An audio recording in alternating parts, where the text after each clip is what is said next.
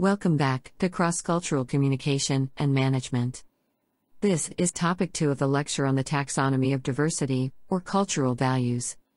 There are 5 topics in this lecture. In this lecture, we will cover the 5 most cited fundamental concerns that all human societies need to have in order to form a human's culture. The degrees of importance that each society and individual places on these concerns creates so many different values, leading to the immense diversity that we see in the cultures around us.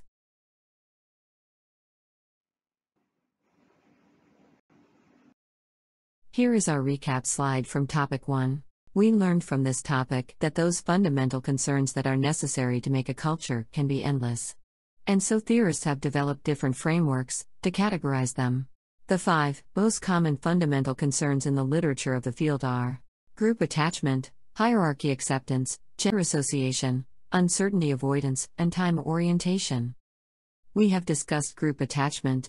Let's move on to the second fundamental concern, a cultural element called hierarchy acceptance. Hierarchy acceptance is defined as the extent to which people accept unequal distribution of prestige, status, power, and resources between them and their superiors. At the universal level, every society is organized on hierarchy, with leaders and followers. Animals have hierarchy too. Alpha males and females seem to be on top of the hierarchy. But alpha animals are not necessarily leaders. More often than not, they are just big bullies. For humans, we tend to follow leaders who are committed to do common good. We can even choose our leaders. Our hierarchy is so much more complicated and dynamic than that of animals.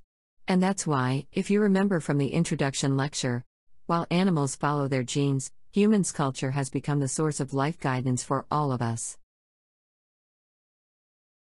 Because accepting hierarchy is a fundamental concern for survival, humans have evolved to recognize signals of hierarchy extremely quickly. In this experiment, participants were shown pictures of dominant, neutral, and submissive faces.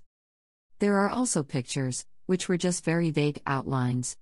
The exposures on the screen were very short, at 27 milliseconds, 40 milliseconds, 94 milliseconds, and also at free choice, which is approximately 2 seconds. But participants actually didn't really need 2 seconds. Their judgments of dominance were already accurate at 40 milliseconds. This is even faster than a blink of an eye. This means we recognize signals of hierarchy at automatic speeds. In order to understand the universal nature of hierarchy acceptance, I would like to show you a very famous study in psychology. The Milgram experiment was set up after the Second World War.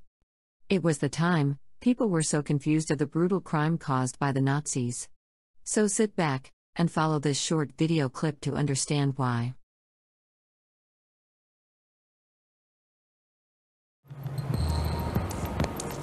A decade earlier, psychologist Stanley Milgram had also looked at how we respond to authority. In order to understand how people were induced to obey unjust regimes and participate in atrocities such as the Holocaust, he set up an experiment. Volunteers were told they were taking part in scientific research to improve memory. Would you open those and tell me which of you is which, please? Teacher. Where? Teacher. Separated by a screen, the teacher would ask the learner questions in a word game and administer an electric shock when the answer was incorrect. He was told to increase the voltage with each wrong answer. Cloud. Horse. Rock. House. Answer. Wrong. 150 volts. Answer. Horse. Experiment. That's all. Get me out of here. Get me out of here, please. Continue, please. Go right on. I refuse to go on. Let me out. Refuses to go on. The experiment requires you continue, teacher. Please continue. Participants didn't know that the learner was really an actor and the so-called shocks harmless. You're gonna get a shock. 180 volts. Ow. I can't stand the pain. Let me out of here. Can't stand it. I'm not gonna kill that man, eh? I mean, who's gonna take the responsibility if anything happens to that gentleman? I'm responsible for anything that happens here. Continue, please. All right, next one, slow. walk, dance, truck, music. Two-thirds of volunteers were prepared to administer a potentially fatal electric shock when encouraged to do so by what they perceived as a legitimate authority figure. In this case, a man in a white coat. 375 volts. I think something's happened to that fellow in there. I don't get no answer. He was hollering a less voltage. Can't you check in and see if he's all right, please? Milgram's findings horrified America. They showed that decent American citizens were as capable of committing acts against their conscience as the Germans had been under the Nazis.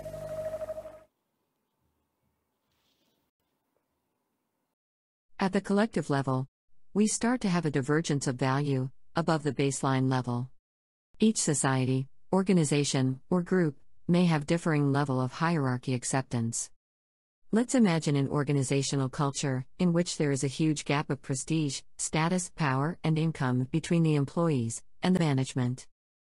If the employees give this a big okay, it means they express strong hierarchy acceptance. But if they give this inequality a small okay, they may even question and confront it. It means they are expressing weak hierarchy acceptance. There are other terms for these as well. For example, Hofstede called them high power distance and low power distance. However, using distance can be misleading. The distance of power is the same in both cases, if you look at the arrows here. It's actually not the distance, but the level of acceptance, strong or weak. These values are not about reality, or who has more power. They indicate perception, that is how strongly or weakly the distance is accepted. Using the word power can be misleading as well. From evolutionary point of view, societies are organized based on hierarchy, not power. This is because hierarchical groups have better chance to survive. That's why having more power does not mean you're higher on hierarchy. More often than not, power is the consequence of hierarchy. It's possible that one is high on hierarchy and at the same time is powerless. So for these reasons, I have formulated hierarchy acceptance as a new terminology to be used in our course. Let's take a moment to see how the difference between hierarchy and power is precisely pointed out in this excellent quote from Wendell Berry.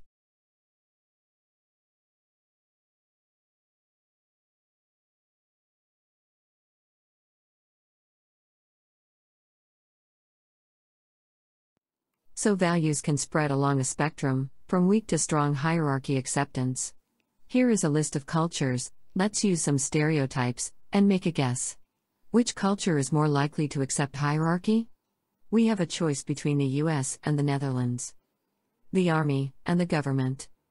Among the religious and the non-religious. Among the highly educated and the working class. Among the rich and the poor.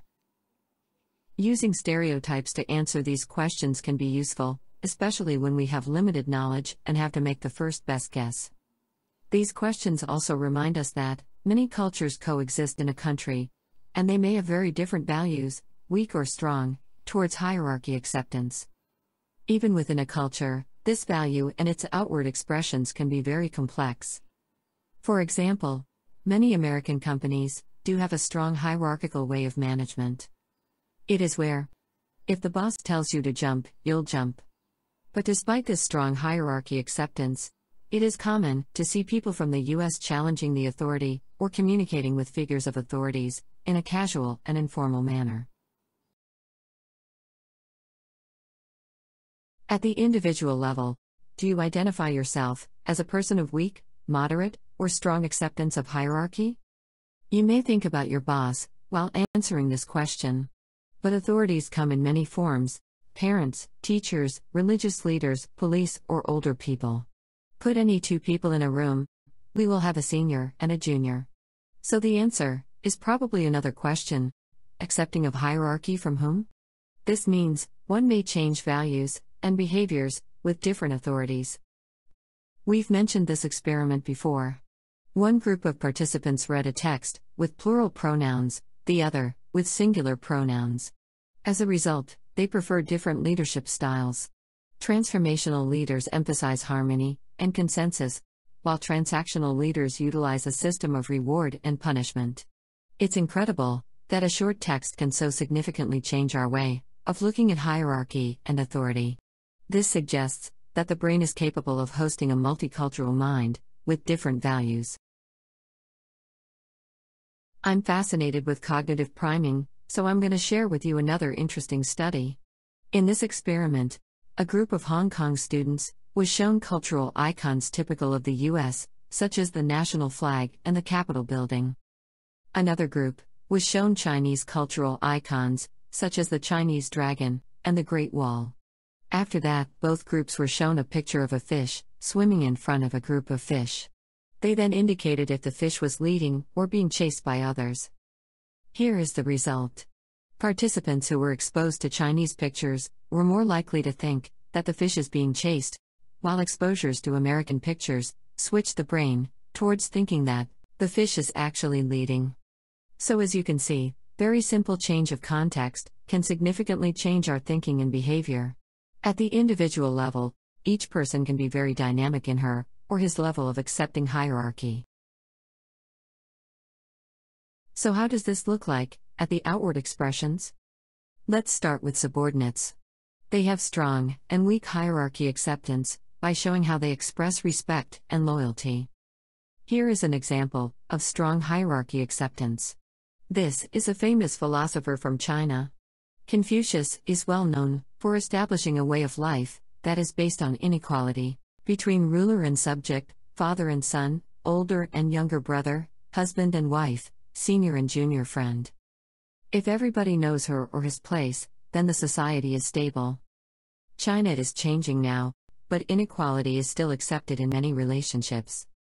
So as subordinates, we need to consider the kind of respect that we should give to authorities. And also, in what way we should be loyal to them.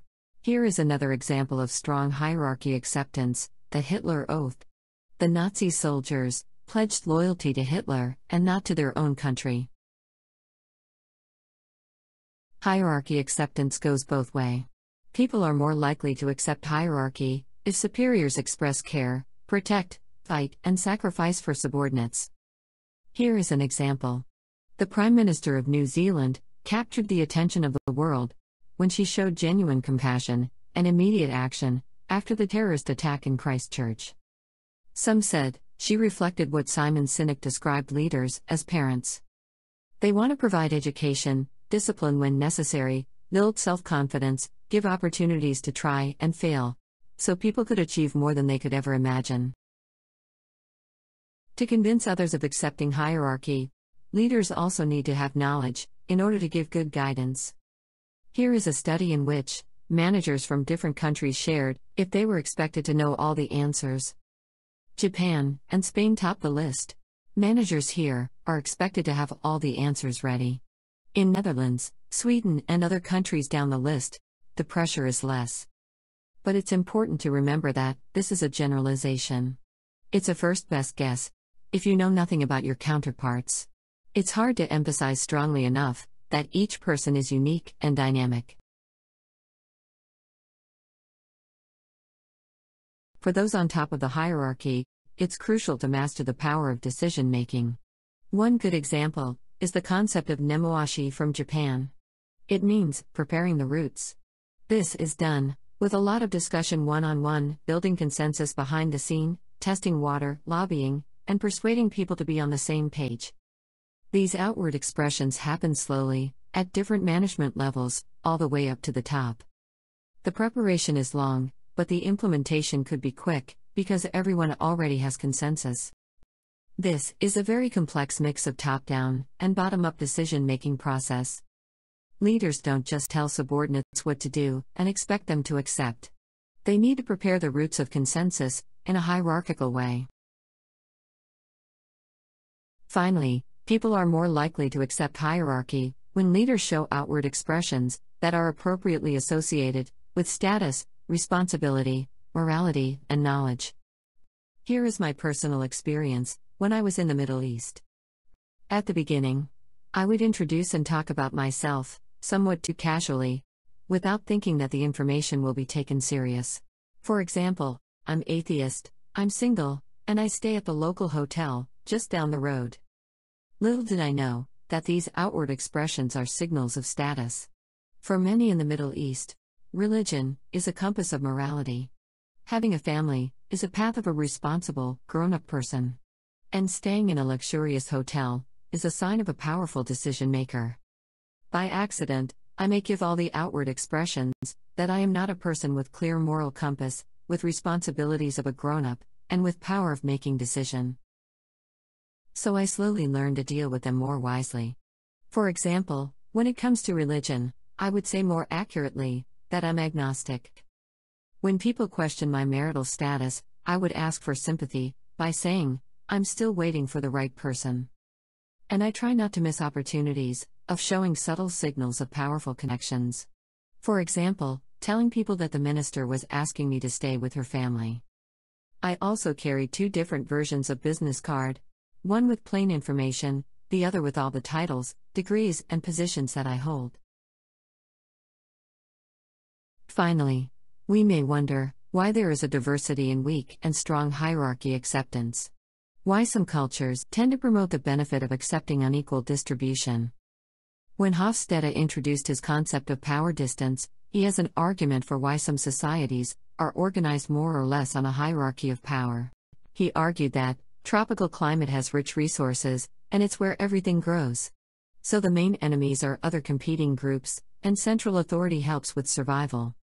In contrast, the cold climate makes nature the main enemy. People learn to fend for themselves, without being too dependent on more powerful others. However, we can incorporate insight from evolutionary biology and seek for a more complete answer. Let's go back to this slide, from one of our previous lectures. During the migration process, our ancestors had to survive in hostile environments, with high levels of territorial and resource threats. These could be competing tribes, food shortage, or high loads of pathogens that could cause dangerous diseases. In this kind of environment, relying on strong group attachment and organizing the group in a hierarchical way can lead to survival benefit. Hierarchy helps us to respond faster and more efficiently than egalitarian groups. Because culture is our survival strategy, instead of relying on genetic evolution, humans evolved a group-oriented culture and hierarchy acceptance in order to deal with those social and environmental threats. One hypothesis connected this with the shorter version of the serotonin transporter gene. This gene is associated with higher level of social sensitivity, and it is also the same gene that is associated with strong group attachment that we saw in one of the previous topics. Some studies argued that this gene helped those who carry it become more vigilant in detecting stressors and avoid dangers. While such an adaptation is good in a hostile environment, the gene can also make people prone to negative experiences. This is unless the group evolved a strong collective attachment to support each other and a strong hierarchy to organize social life effectively. This cultural value acts as a buffer to reduce the risk of mental health disorders. Such a hypothesis is an example of how genes and culture co-evolve, influencing each other. So again, we can update Hofstede's argument. Some societies promote strong hierarchy, not because they have a rich nature resource and have to deal with competing groups. Instead, hierarchy is needed in order to cope with both natural and social threats.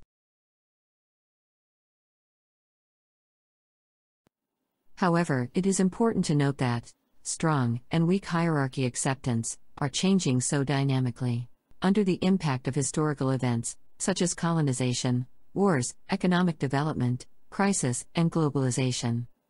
Take Korea for example.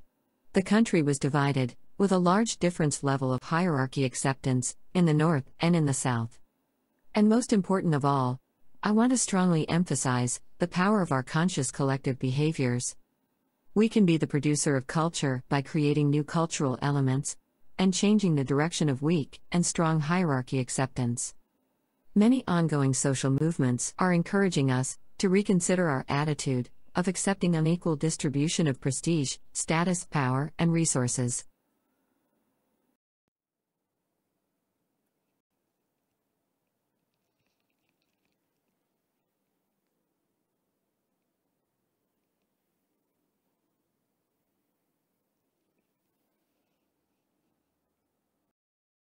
Let's conclude this topic.